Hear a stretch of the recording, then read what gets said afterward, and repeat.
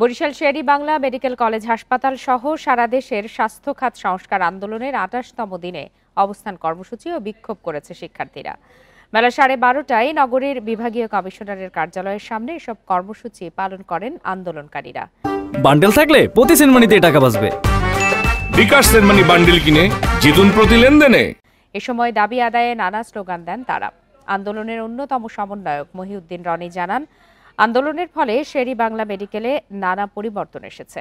এই পরিবর্তন স্থায়ী ও দাবিগুলো লিখিত আকারে দিতে হবে।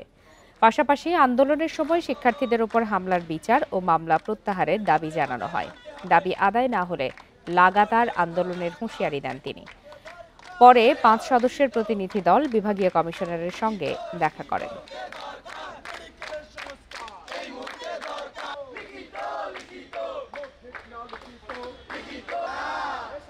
আমরা এখন চাচ্ছি লিখিত আশ্বাস যে আমাদের সমস্যাগুলো আপনি সমাধান করবেন, কতদিনের মধ্যে করবেন, রোড ম্যাপটা দেন।